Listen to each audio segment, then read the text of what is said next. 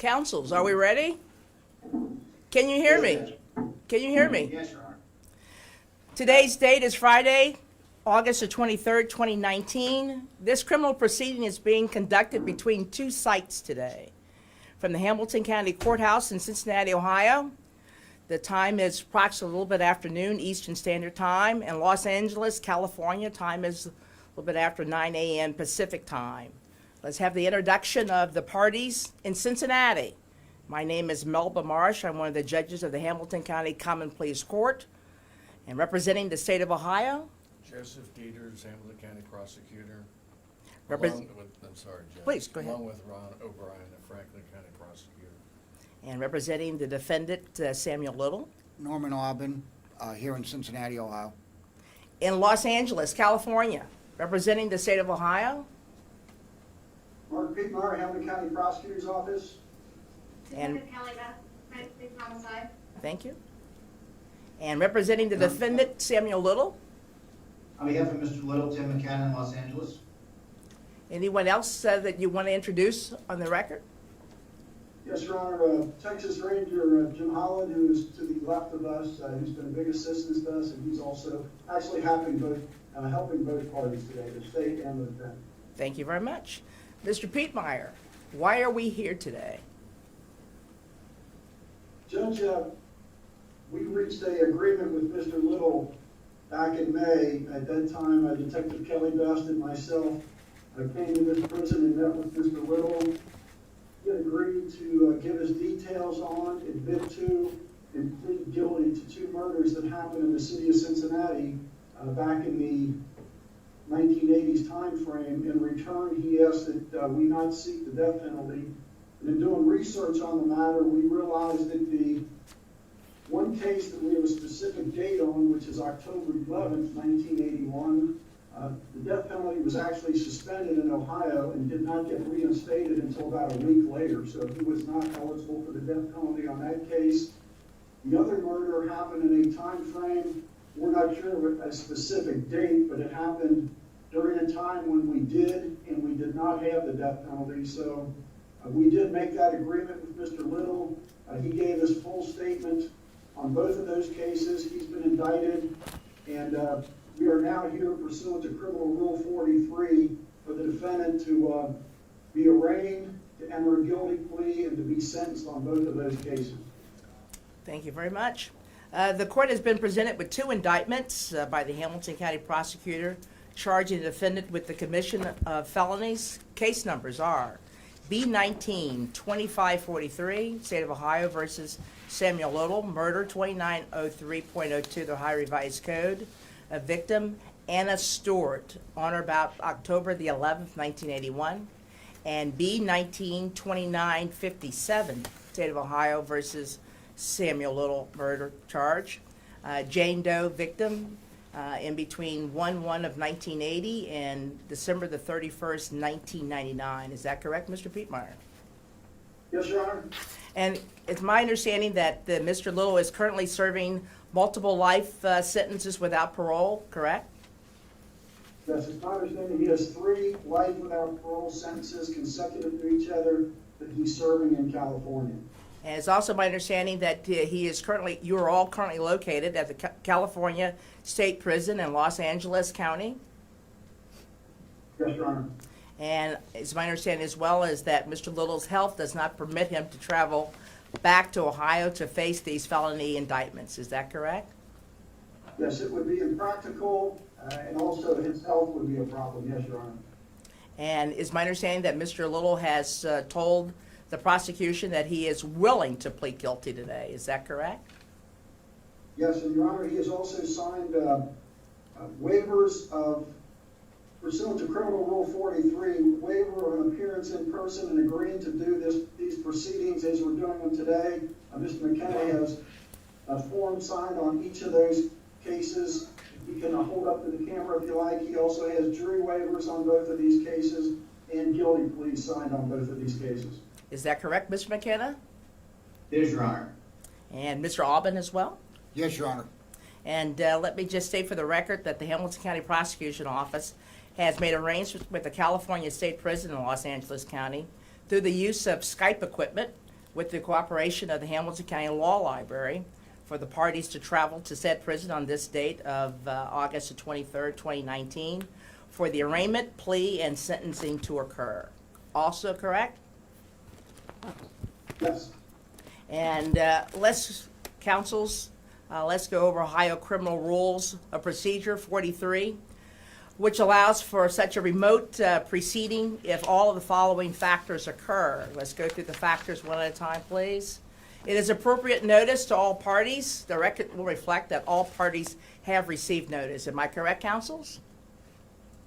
Yes, Your Honor? Yes. And the court will make a provision to allow private communication between Mr. Little and counsel. Mr. McKenna, certainly being physically present with your client, Mr. Little, today, you've been given the opportunity to have private communications with him. However, if you or Mr. Aubin need to speak or consult with your client anytime during this proceedings, all you would have to do is ask and it will be granted. Microphones in this room will be disengaged. Understood, counsels? Yes, Your Honor. Mr. McKenna in Los Angeles and Mr. Aubin here in Cincinnati, you're both present for the record, am I correct? That's correct, Your Honor. And you're Yes. both participating, am I correct? Yes, Your Honor. Yes. And you're both consenting to this format, is that correct, counsels? Yes, Your Honor. Yes. Let the record reflect that both counsels are present, both counsels are participating, both counsels are consenting to the format in this proceedings. Thus, this proceedings may involve sworn testimony that will be subject to cross-examination. Let's go to the next factor. The defendant may waive in writing or on the record the defendant's right to be physically present. Counsels, Mr. Aubin, Mr. McKenna, are you waiving your client's presence here today in this proceeding? Yes, Your Honor. Yes, Your Honor. And finally, the last three factors of Criminal Rule 43, I'll take these factors directly with the defendant, Samuel Little himself. Mr. Little, it is part of Rule 43 is that you must be able to see and to hear these proceedings.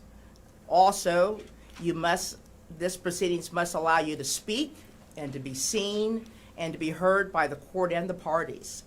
For the record on the monitor, I can see the parties. I can see Mr. Pietmeyer. I can see Mr. McKenna. I can see the officer, and I can see the individual sitting along with Mr. Pietmeyer.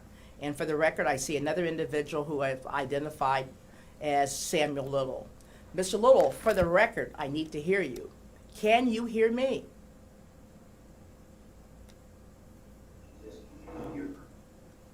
Very little. I'll speak louder. I will speak louder. Mr. Little, can you hear me? Yes.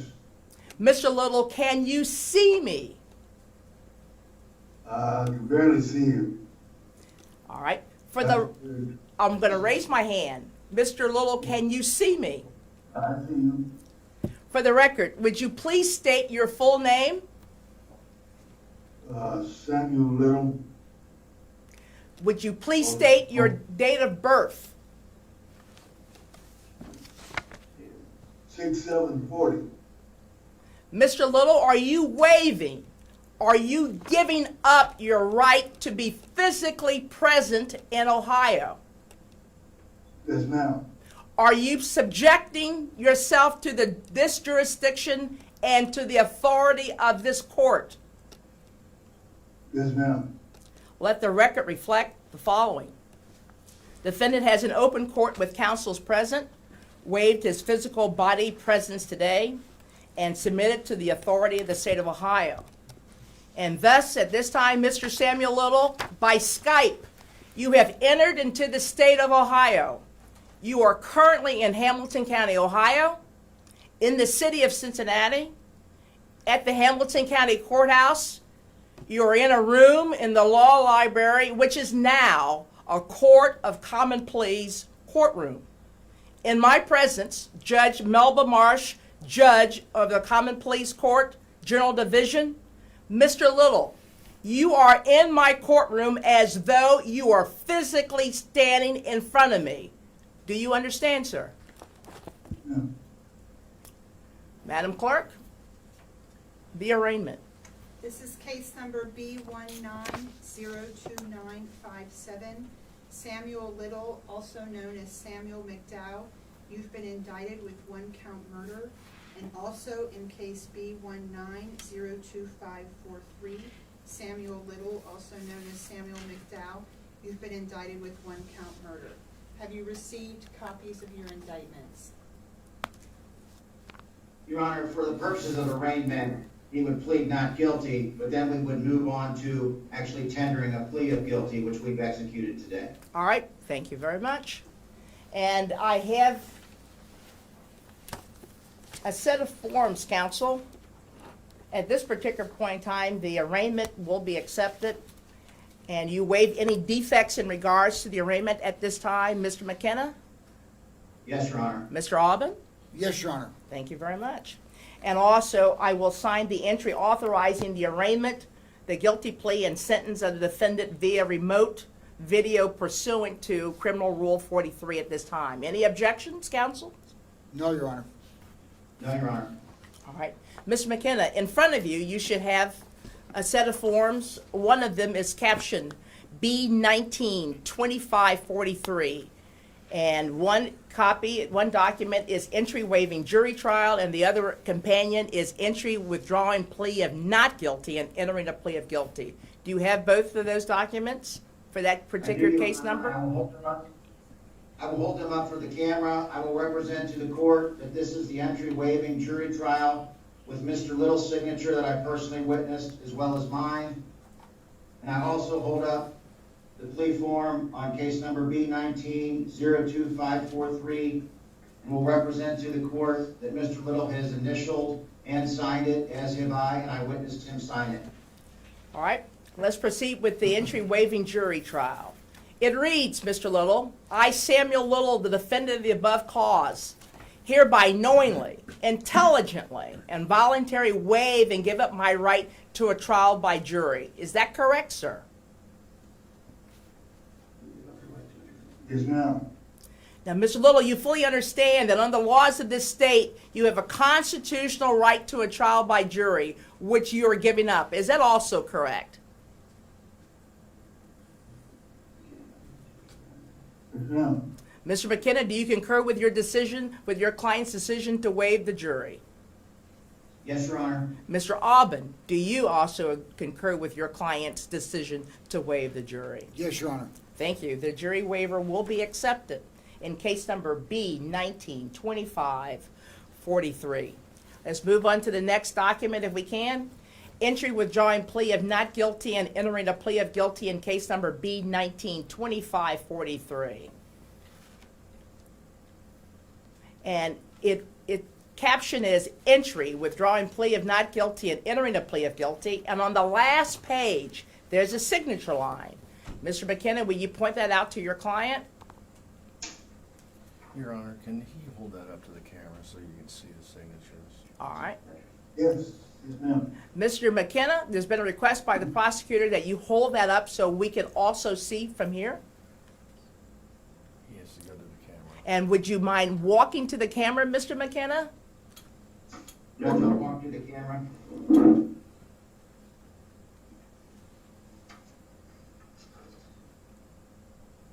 I'll represent to the court that's his signature. All right. Thank you very much. Mr. Prosecutor, That's fine, Judge. thank you. And let's move to the second case, Mr. McKenna, which is B19-2957. And it also has two documents. One is an entry waiving jury trial, and the other one is an entry withdrawing plea of not guilty and entering a plea of guilty. Let's look at the entry waiving jury trial first. It reads that I, Samuel Little, the defendant of the above cause, hereby knowingly, intelligently, and voluntarily waive and give up my right to a trial by jury. Is that correct, Mr. Little? Yes, ma'am. And Mr. Little, you fully understand that under the laws of this state, you have a constitutional right to a trial by jury on this charge. Is that your understanding as well, sir? I am. Mr. McKenna, do you concur with your client's decision to waive the jury on this case number? Yes, Your Honor. Mr. Aubin, do you concur with your client's decision to waive the jury on this case number? I do, Your Honor. And Mr. McKenna, would you show your client the entry withdrawing plea of not guilty and entering a plea of guilty, and turn to the last page of that document? And is there a signature on that page? There is, Judge. Would you like me to approach the camera? Yes, please. This is the second plea form. I'll represent to the court that is his signature. I watched him sign it. Thank you. Mr. Little, you have signed both of these guilty finding pleas, haven't you? Yes. Let's go through the documents at this Yes, time. I'm- Beg your pardon? They He both, signed it, Judge. thank you. They both begin the same, as in B 192957, as in B 192543. They start, I, Samuel Little, the defendant in the above cause, hereby freely and voluntarily withdraw my former plea of not guilty and enter a plea of guilty. Mr. Little, on the first indictment, B 192543, what is your plea to the charge of murder? Guilty. It is a special felony. Potential sentencing range is 15 years to life. Mandatory time, yes. Maximum fine is $15,000. Let's move to the other indictment, B 192957. It reads the same as the first. I, Samuel Little, the defendant of the above cause, hereby freely and voluntarily withdraw my former plea of not guilty and enter a plea of guilty to murder. Mr. Little, is your plea to the charge of murder one of guilty? Yes. And that is count 1, murder, 290302, special felony, potential sentence, 15 years to life, mandatory prison time, yes, and the maximum fine, I incorrectly said $15,000 for the first charge. It should be $25,000 maximum fine. Am I correct, counsels? It's 25. 25. That's So, fine, Judge. Thank you. thank Yes, you. Your Honor, I agree. Thank you very much. And let's proceed with the plea, Mr. Little.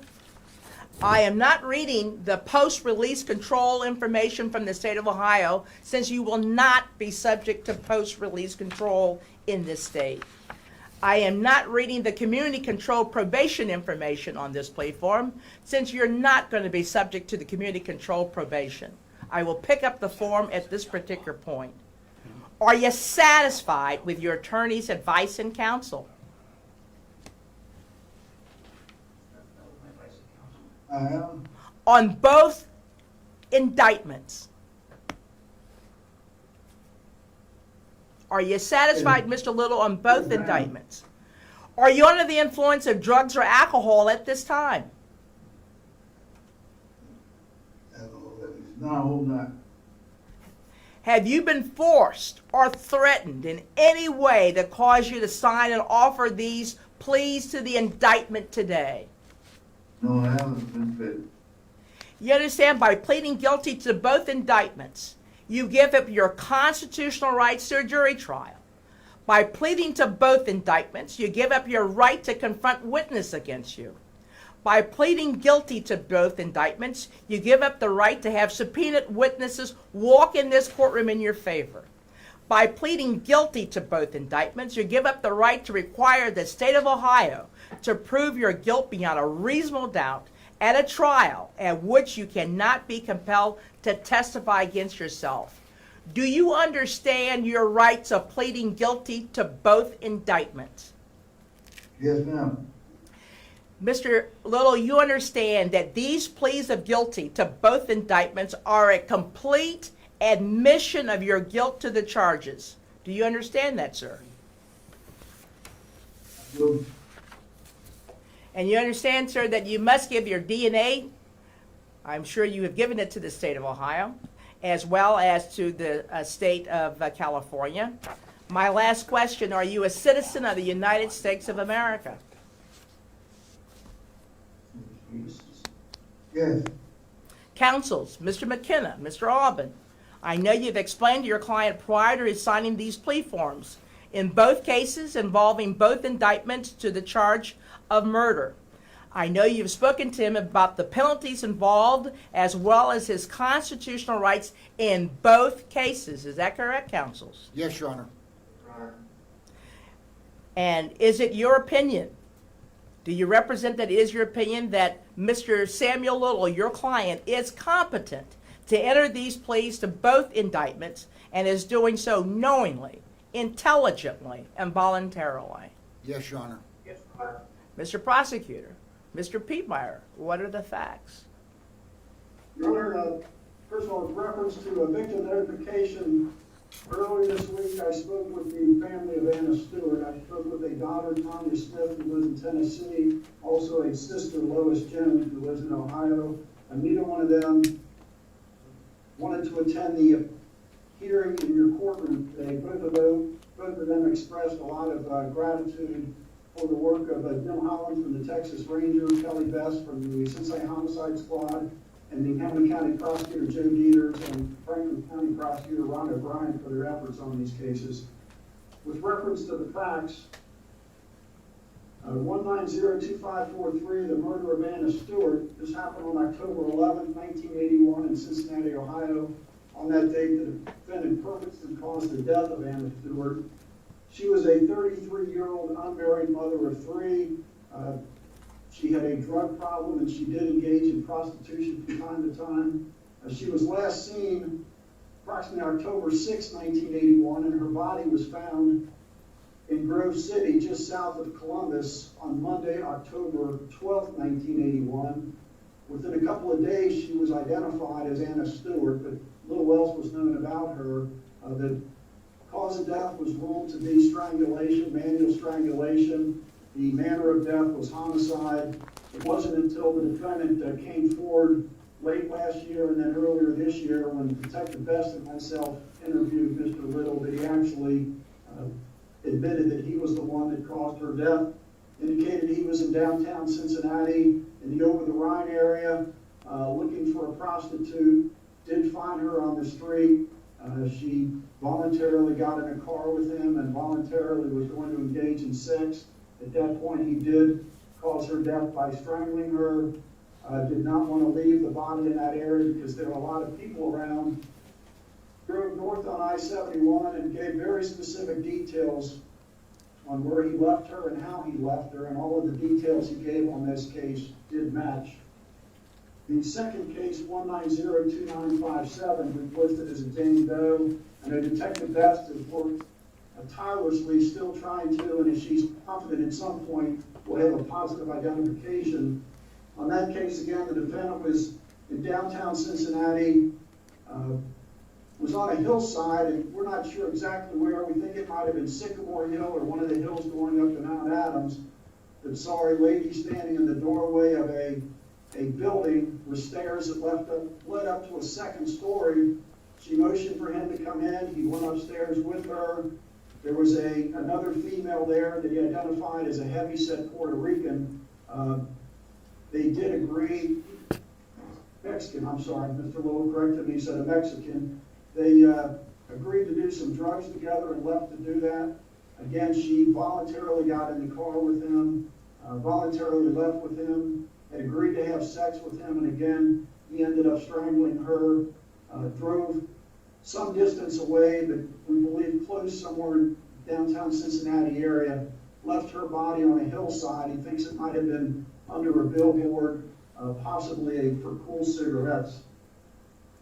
The other thing Mr. Little told myself and Detective Best back in May when we interviewed him is that he never raped any of these women, he never kidnapped any of these women. They always voluntarily went with him. His purpose in picking them up was to kill them. And he described it as his sexual gratification wasn't actually manual strangulation. His bare hands on the bare necks, that's what actually got him sexually aroused, and that's why he did this. It wasn't for any other reason. He also said he specifically looked for people that would not be missed. He said he wasn't going to pick up a teenager or a housewife, because they would probably be missed pretty quickly and he might be caught. He looked for people that appeared to be homeless, possibly a prostitute, people that would, if they went missing for a couple days, their family members would probably not immediately notify the authorities, and that's what happened in these cases. He also, once he concluded what he was doing, would leave town as quickly as he could.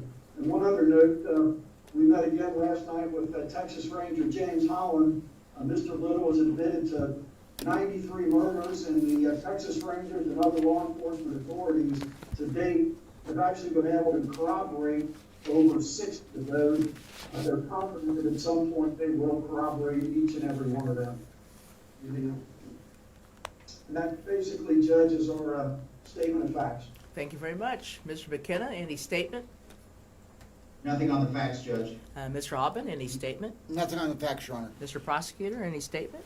No, ma'am. Thank you very much. There'll be a finding of guilty to count one, B-19-2543, murder, and in regards to B-19-2957, count one be a conviction of murder. And Mr. McKenna, Mr. Aubin, anything that you would like to say at this particular point in time? Your Honor, in mitigation on behalf of Mr. Little, 79 years old.